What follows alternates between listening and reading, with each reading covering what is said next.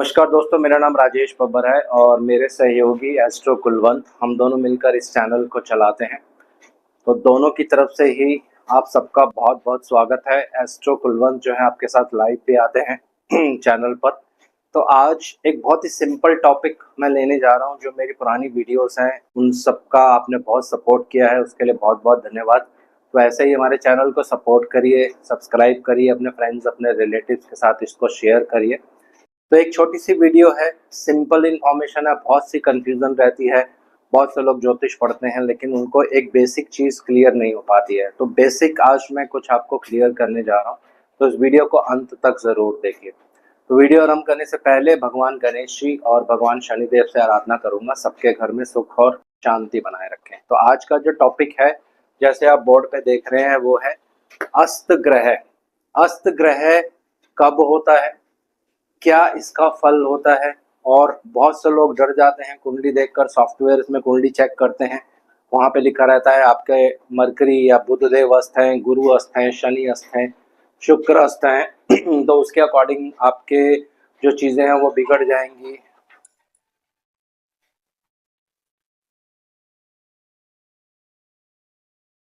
या आपको उसके अच्छे परिणाम नहीं मिल पाएंगे। तो ये टोटली ही एक गलत धारणा है दोस्तों। इसके लिए आप बृहद पराशर होरा शास्त्र पढ़िए, जिसमें एक अध्याय है ग्रह स्वरूप अध्याय, जिसमें ग्रहों की अवस्थाओं के बारे में बहुत क्लियर लिखा है ऋषि द्वारा। उसमें अस्त ग्रह के बारे में भी बहुत डिटेल्स में लिखा हुआ है। एक अच्छी बृहद पराशर होरा शास्त्र जब आप पढ़ेंगे उसमें ये चीज आपको मिल जाएगी। तो पहले ये जान लेते हैं कि अस्त यानी कंबशन इंग्लिश में जिसको कहते हैं, इसका मतलब क्या होता है। तो कोई भी ग्रह जब सूर्य देव के बिल्कुल पास आ जाता है तो उनकी जो अग्नि होती है उसकी वजह से वो जल जाता है और उसको ज्योतिष में अस्त माना जाता है। अब इसके ऊपर भी बहुत सारे नियम हैं। तो सूर्य देव क्या है, सूर्य देव राजा है ग्रहों के, गवर्नमेंट है, आपके पिता हैं। तो जब भी गवर्नमेंट कोई रूल्स बनाती है तो आप सबको वो रूल्स जो है वो मानने पड़ते हैं। तो ये एक बेसिक सा सिंपल सा नियम है। इसी तरह से ये जो नियम है ये ग्रहों पर भी एप्लीकेबल होता है। ये कैसे एप्लीकेबल होगा ये मैं आज आपको थोड़ा सा डिटेल्स में बता रहा हूँ। तो पहले ये जान लेते हैं, उदाहरण के लिए किसी की कुंडली में सूर्य देव 10 डिग्री पे हैं। तो मैं लिखकर आपको समझाता हूँ ताकि ये जो टॉपिक है आपको बिल्कुल क्लियर हो जाए। सूर्य देव 10 अंश पर हैं, किसी की भी कुंडली आप ले सकते हैं। और उसी कुंडली में बृहस्पति देव भी लगभग लगभग 10 अंश पे ही हैं। इसमें आप 1 डिग्री प्लस माइनस कर सकते हैं। ये बृहस्पति देव कुंडली में कहीं भी बैठ सकते हैं, किसी भी भाव में हो उससे कोई फर्क नहीं पड़ेगा। ये सूर्य देव कुंडली में किसी भाव में भी हो, उदाहरण के लिए सूर्य देव आपके लगन में बैठे हैं, बृहस्पति देव छठे भाव में बैठे हैं, तो दोनों का कोई संबंध नहीं बन रहा है भाव के अनुसार, लेकिन अंशों के अनुसार, डिग्रीज के अनुसार इनका संबंध बन रहा है दोस्तों। तो इसको कहा जाता है कि ग्रह अस्त हो गया है। जब भी कोई ग्रह सूर्य की डिग्रीज के बिल्कुल बराबर आ जाता है, उसमें 1 डिग्री का सिर्फ डिफरेंस होना चाहिए। कुछ बुक्स में 3 डिग्री भी लिया गया है, जो हमारी पुरानी बुक्स हैं जैसे फल दीपिका है या बृहद पराशर होरा शास्त्र भी है, इसमें 3 डिग्री का डिफरेंस बोला गया है। लेकिन जब आप प्रैक्टिकली देखेंगे तो जब 1 डिग्री का ही डिफरेंस होता है सूर्य और किसी भी ग्रह में, तो उस ग्रह को अस्त माना जाता है। चाहे वो कहीं भी बैठा हो, सूर्य के साथ बैठा हो, सूर्य से कितनी भी दूर हो, लेकिन अगर उनकी डिग्री सेम हो गई तो वो अस्त हो जाता है। अब यहाँ पे क्वेश्चन आता है, प्रश्न बहुत लोगों के मन में उठने वाला है कि अगर मेरे बृहस्पति देव सूर्य देव से अस्त हो गए तो क्या बृहस्पति देव की सारी क्वालिटीज खत्म हो जाएंगी। ऐसा नहीं होगा। बृहस्पति देव लड़कियों की कुंडली में पति के कारक हैं, फाइनेंस के कारक भी बनते हैं। बृहस्पति देव हमारे गुरु हैं, हमारे रिलीजन को इंडिकेट करते हैं। तो क्या ये सारी चीजें खराब हो जाएंगी, विवाह नहीं होगा या विवाह के बाद दिक्कत होनी शुरू हो जाएगी, पैसे की समस्या आने लगेगी। ऐसा बिल्कुल भी नहीं होता है। बृहस्पति देव ज्ञान के भी कारक हैं, तो क्या हमें ज्ञान नहीं मिलेगा, ऐसा बिल्कुल भी नहीं होगा। तो इसके लिए आपको बहुत अच्छी क्लासिकल बुक्स पढ़नी पड़ेंगी, उसमें बहुत क्लियर से लिखा हुआ है कि कि जब कोई ग्रह अस्त हो जाता है सूर्य देव से, तो उसकी जो बेसिक क्वालिटी होती है वो ऐसे के ऐसे ही रहती है, उसमें कोई ज़्यादा चेंजिंग नहीं आता है। लेकिन आपके शरीर के जो भाग होते हैं, यानी बृहस्पति देव आप मान के चलिए किस चीज़ के कारक है, लीवर के कारक हैं। एक सिंपल एग्जांपल ले लेते हैं, बॉडी में फैटनेस के कारक हैं। सिंपल लीवर का एग्जांपल ले लेते हैं, बृहस्पति देव लीवर को इंडिकेट करते हैं। तो आपके लीवर में प्रॉब्लम होने लग जाएगी, इसका यहीं तक इफेक्ट आता है। तो जो ग्रह अस्त हो जाएगा उसके जो लिविंग कारक तत्व होते हैं, जो जीव कारक तत्व होते हैं, उनमें इफेक्ट आने लगेगा। बृहस्पति देव क्या है, आपके गुरु हैं, आपके टीचर हैं, तो आपके गुरु या टीचर को कुछ प्रॉब्लम या हेल्थ इश्यू हो सकता है, लेकिन बाकी किसी चीज में इसका कोई इफेक्ट नहीं पड़ेगा। ये एक पहला नियम है जो आपको याद रखना है। तो अगर ये बृहस्पति देव सूर्य के साथ हैं, अस्त हो रहे हैं, डिग्री वाइज बहुत ज़्यादा क्लोज हैं, तो फिर जो मैंने आपको रूल बताया वो एप्लीकेबल होगा। लेकिन दूसरी चीज़ अब एक और यहाँ पे एड ऑन आपको करनी है, कहीं सूर्य छठे, आठवें, 12वें भाव के स्वामी तो नहीं बन रहे हैं कुंडली में। जो ग्रह आपको अस्त कर रहा है, यानी सूर्य देव आपको अस्त कर रहे हैं, क्या वो कुंडली में कमजोर तो नहीं है? तो अगर ये सिचुएशन भी आ जाएगी तो फिर जो ग्रह अस्त होगा उस पर इतना ज़्यादा सूर्य देव का इफेक्ट नहीं पड़ेगा।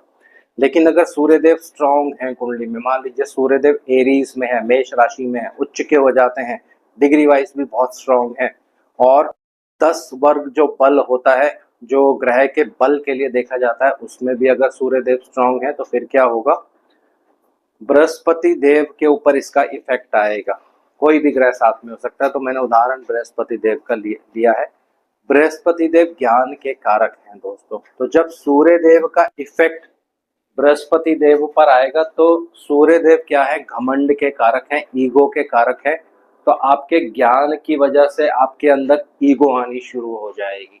ये एक बेसिक इफेक्ट होता है कुंडली में। जब आप कुंडलियां स्टडी करेंगे वहां पे आपको देखने को मिलेगा, बहुत से लोगों की कुंडली में ग्रह अस्त होते हैं, लेकिन ऐसा कोई नेगेटिव इम्पैक्ट उनकी लाइफ पे नहीं आता है। हाँ, ये जरूर होता है कि उनके रिलेटिव्स पर इसका इफेक्ट हो सकता है, जो बॉडी के पार्ट्स होते हैं, जिस चीज़ को वो रिप्रेजेंट करते हैं, उन पे इफेक्ट हो सकता है, बाकी किसी चीज़ पे इफेक्ट नहीं होगा। लेकिन अगर सूर्य के बिल्कुल पास होंगे, लगभग डिग्रीज बराबर होगी, तो फिर उस ग्रह के जो कारकत्व चीज़ें होंगी उनमें घमंड आना शुरू हो जाएगा दोस्तों।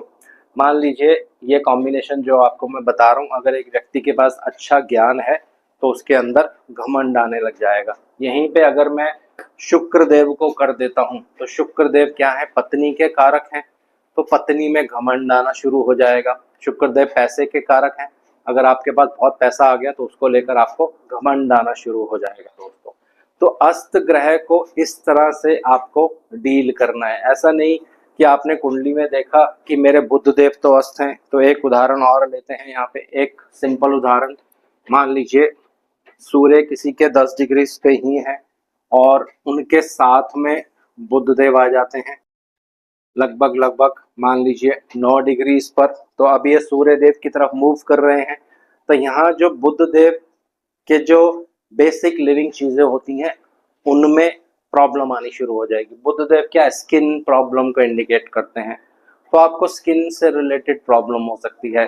जैसे सूर्य देव अग्नि के कारक हैं, किसी चीज को जला देते हैं तो स्किन में इस तरह का प्रॉब्लम आना शुरू हो जाएगा। सूर्य देव बुध देव जो है ये नर्वस सिस्टम को इंडिकेट करते हैं, यस, तो यहाँ पे प्रॉब्लम आ सकता है।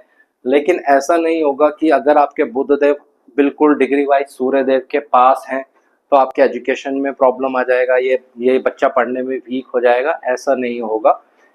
इस चीज पर कोई फर्क नहीं पड़ेगा। फिर बाकी चीजों पे भी डिपेंड करता है कि ये जो कॉम्बिनेशन है किस राशि में बन रहा है, सूर्य देव कितने स्ट्रांग है जो आपको अस्त कर रहे हैं या अपनी छत्र छाया में आपको ले रहे हैं, ये भी साथ साथ आपको जरूर चेक करना है। तो अस्त होने के बाद कई बार आप देखोगे रिजल्ट्स जो हैं उल्टे आने शुरू हो जाते हैं, ग्रह बहुत ज़्यादा बलवान हो जाता है, क्योंकि जब सूर्य का तेज किसी ग्रह पर पड़ता है और वो ग्रह बिल्कुल डिग्री वाइज सूर्य के पास होता है तो उस ग्रह को सूर्य की क्वालिटीज बिल्कुल मिलती हैं। तो कुछ समय के बाद आप देखेंगे उन चीज़ों से रिलेटेड आपको पॉजिटिव चीज़ें मिलने लग जाती हैं। लेकिन बेसिक जो मैंने आपको बता दिया वो आपको हमेशा याद रखना है।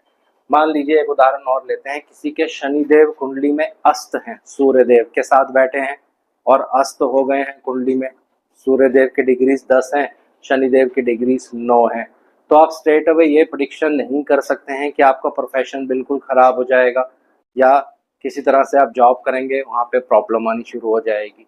सीधा ऐसा आप नहीं बोल सकते हैं।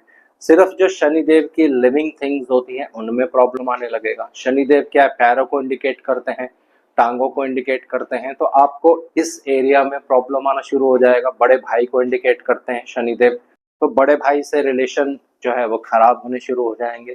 लेकिन किसी तरह से आपके प्रोफेशन और इन चीज़ों पे कोई ज़्यादा इफेक्ट नहीं आएगा दोस्तों, क्योंकि जब सूर्यदेव किसी ग्रह को अस्त करते हैं तो सूर्यदेव की जो अच्छी क्वालिटीज़ होती हैं, जो एक ईगो और घमंड जैसे मैंने आपको बताया, या एक तेज जो होता है सूर्यदेव का, वो उस ग्रह के अंदर धीरे धीरे आने लगता है। तो ग्रेजुअली आप देखेंगे आने वाले टाइम में फिर वो पॉजिटिव चीज़ों का भी रिजल्ट देता है।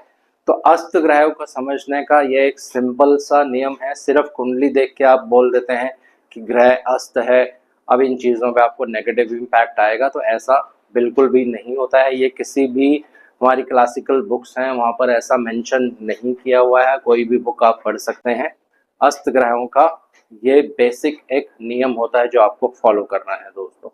तो नेक्स्ट वीडियो में मैं आपको कुछ और डिटेल्स बताऊंगा ग्रहों को समझने के बारे में, कैसे ग्रहों का बल जो है वो देखा जाता है। एक तरीका होता है षडबल से हम देखते हैं, लेकिन एक तरीका होता है जो बहुत ही इंपॉर्टेंट होता है, ग्रह का बल जो होता है वहीं से देखा जाता है।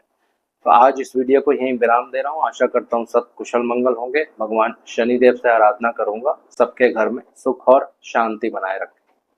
जय शनि।